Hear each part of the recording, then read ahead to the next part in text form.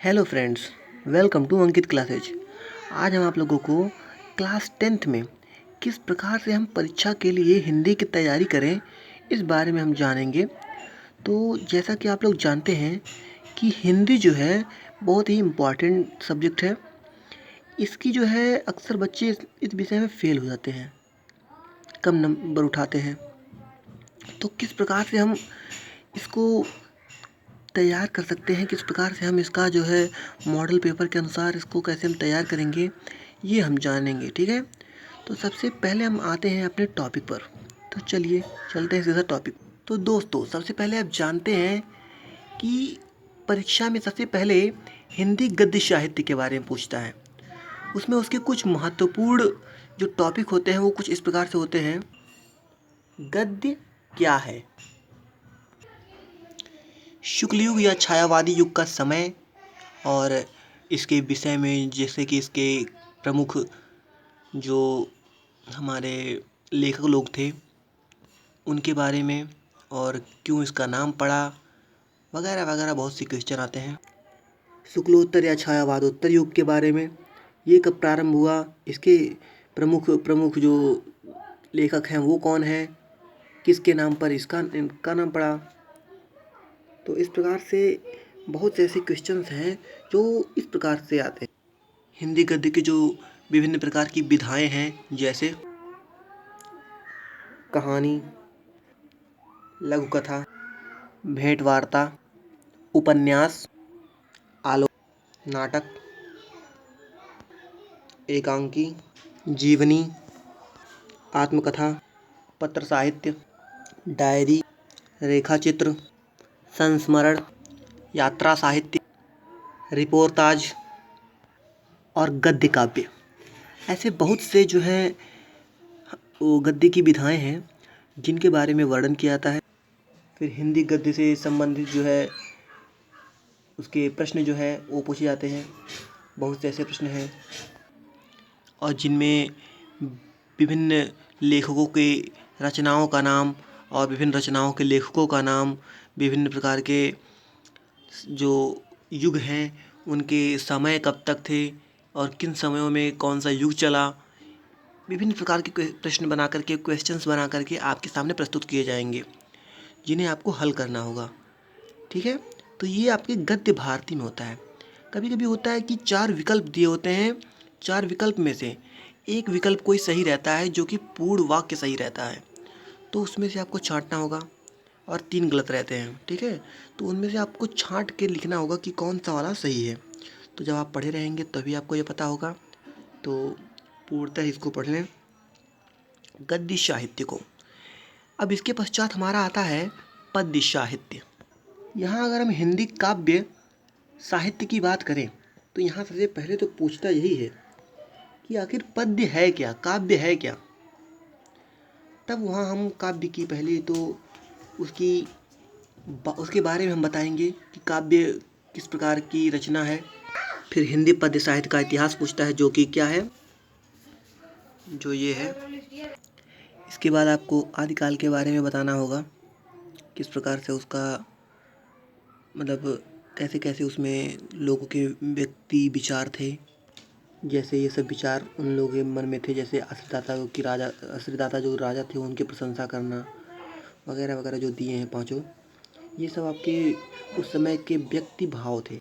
फिर आपको भक्ति काल के बारे में जानना होगा, भक्ति काल में कौन कौन से कवि थे उनके बारे में जानना होगा। तीसरा आ जाता है आपका रीतिकाल, इसमें किस प्रकार के कवि थे, किस प्रकार की भावनाएं थीं, इसको जानना होगा। इसके प्रमुख लेखकों अर्थात रचनाओं, कवियों के बारे में जानना होगा और उनकी रचनाओं को भी जानना होगा। और आधुनिक युग को जानना होगा, जिसमें हमारा भारतेंद्र युग, द्विवेदी और छायावादी युग आता है, तो इसके बारे में आपको जानना होगा। ठीक है, प्रगतिवादी युग के बारे में भी जानना होगा, और उन विभिन्न प्रकार के लेखकों का भी नाम जानना पड़ेगा जो जिस युग के प्रमुख लेखक रहे हैं, और उनकी रचनाएं क्या क्या थीं ये भी जानना होगा। साथ ही आपको हिंदी पद्य साहित्य की जो इतिहास से संबंधित प्रश्न हैं उन्हें भी जानना होगा। बहुत सारे प्रश्न आपको मिलेंगे, तो इस प्रकार से आप उन प्रश्नों के उत्तर देते जाइएगा। और गद्य और पद्य साहित्य के विषय में जानने के बाद हम सीधा गद्य खंड में आ जाते हैं, ठीक है, जहाँ पे हमें क्या मिलता है, लेखकों के जीवन परिचय और उनकी जो कृतियाँ हैं, जो कृति इसमें किए हुए हैं, जैसे आचार्य रामचंद्र शुक्ल जी मित्रता प्रसाद जी का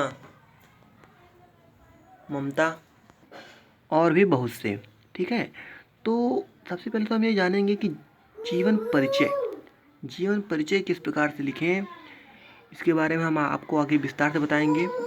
लेकिन सबसे पहले तो हम जान लेते हैं कि किस प्रकार से लिखेंगे। सबसे पहले तो हम ये जीवन परिचय लिख लेंगे अपने हिसाब से, जो अभी हम अगले वीडियो में आपको बताएंगे कि किस प्रकार से जीवन परिचय को छांट करके लिखा जाता है। तो जीवन परिचय को छोड़ देते हैं अगले वीडियो के लिए। फिर आपको आएगा गद्य खंड।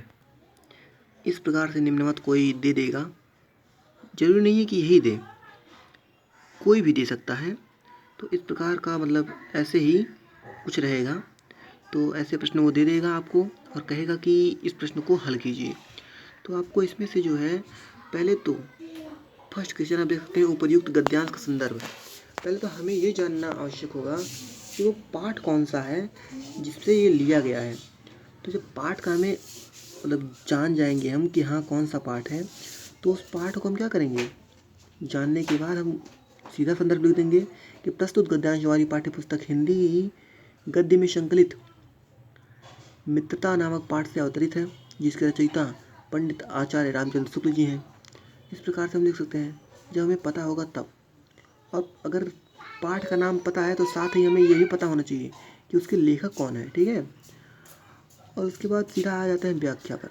व्याख्या जहाँ जहाँ रेखांकित अंश है, आप देख सकते हैं शुरू में दिया है विश्वास पात्र मित्र जीवन की एक औसत है। तो यहाँ पे जो है ये लाइन है, इसी वाक्य के रूप में इसको बहुत ही विस्तार से समझाना पड़ेगा आपको, वही व्याख्या हो जाएगी। और फिर यहाँ पे भी दिया है दूसरा, तो व्याख्या नंबर 2 डालकर आप इसको लिख सकते हैं, ठीक है। फिर तीसरा जब क्वेश्चन पूछेगा हमें अपने मित्रों के से क्या आशा करनी चाहिए, या लेखक ने सच्ची मित्रता की तुलना किससे की है, विश्वास पात्र मित्र की तुलना किससे की है, ठीक है। तो इस प्रकार से उन प्रश्नों के भी उत्तर हमें इसी गद्यांश में से ही मिल जाएगा ढूंढने पर। और उस प्रश्न को उत्तर जो है, प्रश्न का जो उत्तर है उसे ढूंढ करके हम इसमें प्रश्न में लिख देंगे, ठीक है। तो इस प्रकार से हम इसकी व्याख्या कर सकते हैं। और इसी तरह से और अन्य पाठों का भी हम व्याख्या कर सकते हैं। तो इसमें कुछ ज़्यादा इम्पोर्टेंस रखता नहीं है। किसी भी चीज़ की व्याख्या करनी है अगर, तो अगर वो एक लाइन है तो उसको विस्तार से बताइए, कि ताकि एक आदमी को किस तरह से समझ में आ जाए। मान लीजिए आपके सामने एक छोटा सा थोड़ा जो नादान आदमी है वो उस बैठा हुआ है, आपको दे दिया गया कि इस लाइन को उसे समझा दिया जाए, सीधा आप इस लाइन को पढ़ देंगे तो वो समझ नहीं पाएगा। लेकिन जब आप उसको बताएंगे कि इस तरह से होता है, ऐसे ऐसे होता है, और इधर से करेंगे तो ऐसे होगा, उधर से जाएगा तो ऐसे होगा, तो विभिन्न उदाहरणों को प्रस्तुत करते हुए आप अगर चलेंगे तो शायद उसे समझ में आ जाए। तो इसीलिए हम क्या करते हैं, उसे विस्तार से लिखते हैं ताकि समझने के योग्य बन जाए। बस वही व्याख्या है। तो व्याख्या अगर आप कर लेते तो आपके लिए बहुत ही अच्छा हो जाता है। अब वहीं ये तो गद्य की बात हो गई। अब आगे आते हैं पद्य में। जैसा कि गद्य में भी आप जानते हैं कि 4 ही लेसन है केवल। एक शुक्ल जी का जो है आचार्य रामचंद्र शुक्ल जी, ठीक है, उनकी जो मित्रता पाठ है, प्रसाद जी का ममता पाठ, और फिर आगे आते हैं तो हम पाते हैं राजेंद्र प्रसाद जी का भारतीय संस्कृति, और डॉक्टर भगवत शरण उपाध्याय जी का जो है ये अजंता। यही 4 पाठ हमें पढ़ना है, जिनमें से आप इम्पॉर्टेंटली 2 लोगों का, एक तो है आपके एक तो आपके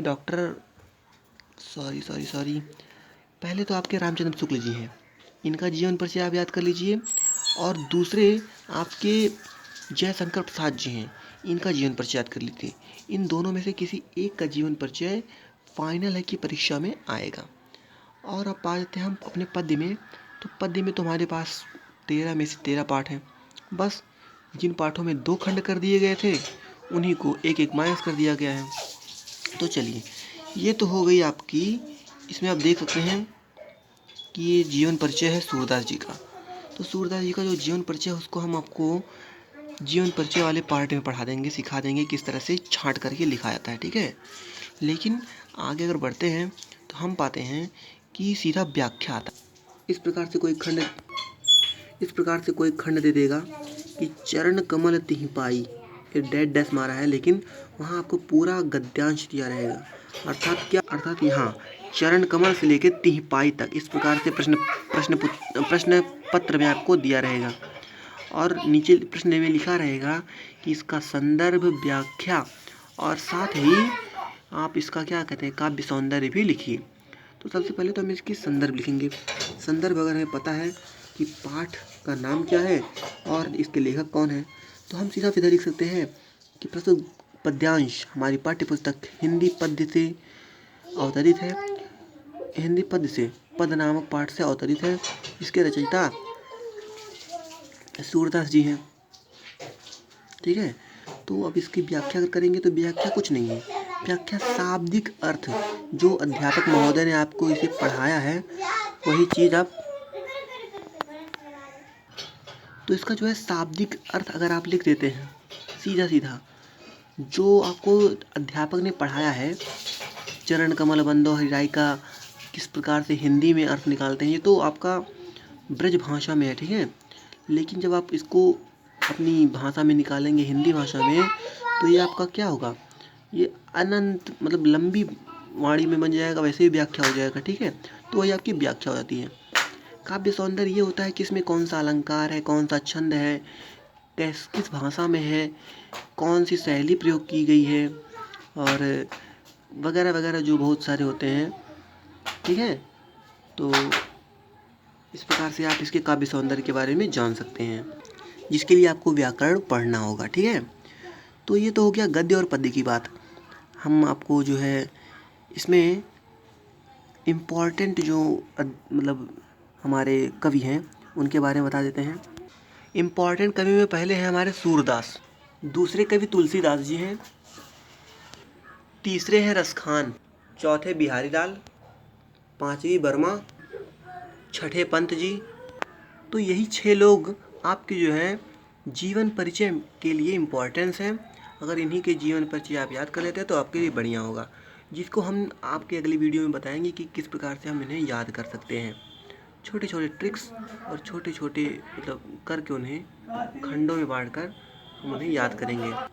तो फ्रेंड्स, इस प्रकार हमने कक्षा 10 के परीक्षा में के लिए आपको हमने 10 पॉइंट्स बता दिए। हिंदी गद्य साहित्य, हिंदी पद्य साहित्य, हिंदी गद्य में जीवन परिचय, हिंदी पद्य में जीवन परिचय, हिंदी गद्य में व्याख्या और हिंदी पद्य में व्याख्या। ये जो है 6 हमने खंड आपको बता दिए हैं। अब इन 6 खंडों को अगर आप याद कर लेते हैं तो आप पास होना आपका फिक्स है।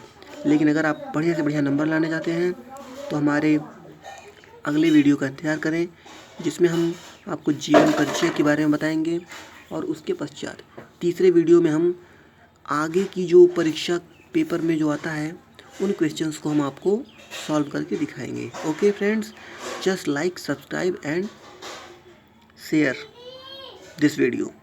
अगर आपको लगता है कि आप इस वीडियो ने आपकी ज़रा भी मदद की है तो प्लीज़ इसे लाइक, सब्सक्राइब और शेयर ज़रूर करें, ठीक है। और कमेंट ज़रूर करें, अगर आपको गलती लगता है कुछ गड़बड़ तो आप हमें कमेंट कीजिए ताकि हम जान सकें कि गड़बड़ी क्या है, ठीक है।